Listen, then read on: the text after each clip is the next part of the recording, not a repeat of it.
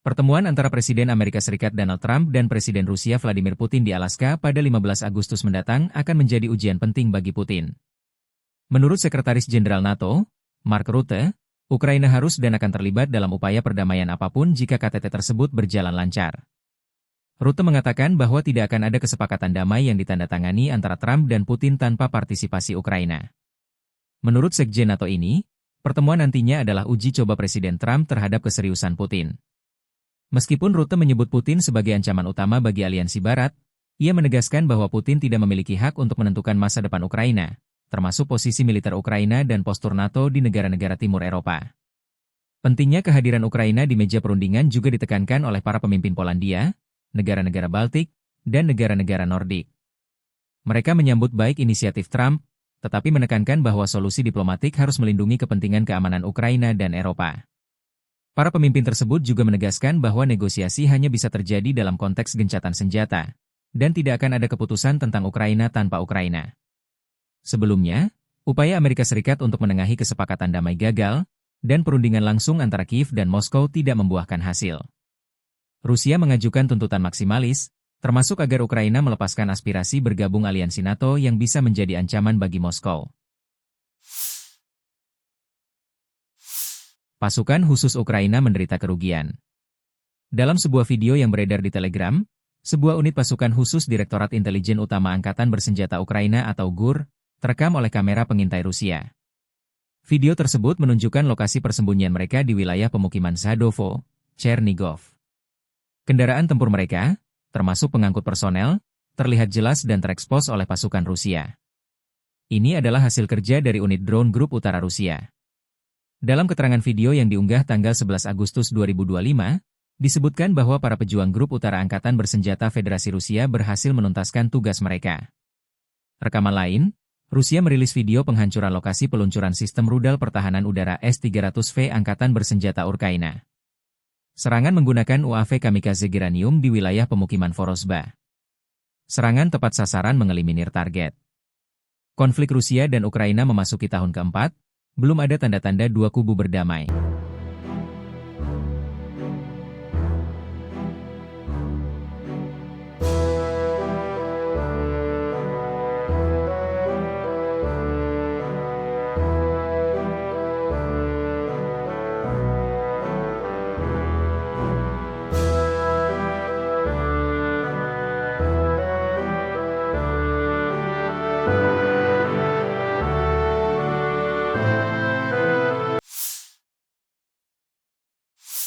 Pasukan Rusia menemukan dan menghancurkan sebuah markas titik kendali dan sistem amunisi drone Angkatan Bersenjata Ukraina.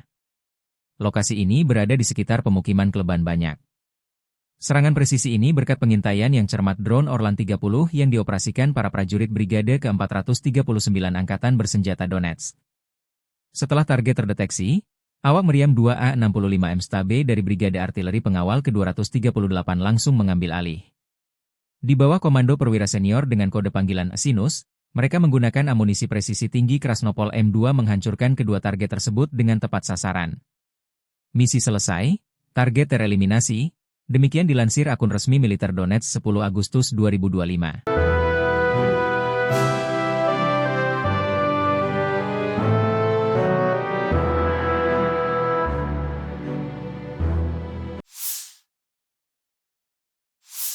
Pertahanan Ukraina menyerang 7 area konsentrasi personel dan peralatan Rusia, 1 titik kendali drone, 1 meriam, dan 1 sistem rudal anti pesawat dalam 24 jam terakhir. Militer Ukraina juga mengklaim menimbulkan kerugian signifikan pada pihak Rusia.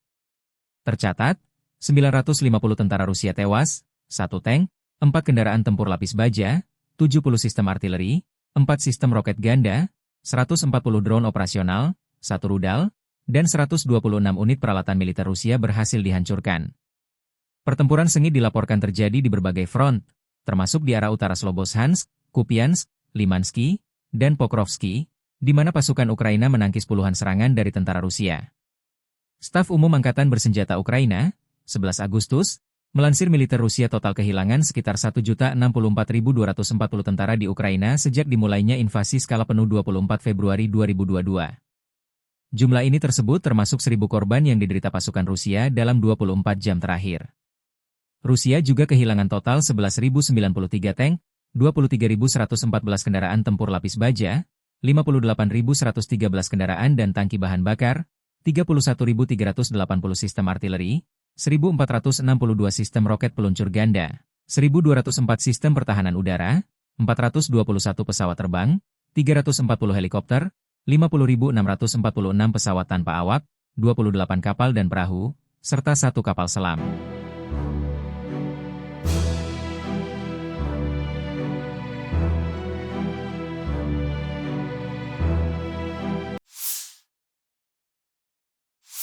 Angkatan Bersenjata Rusia, 11 Agustus, melansir pasukan Rusia terus menggempur infrastruktur penting dan titik kumpul pasukan Ukraina.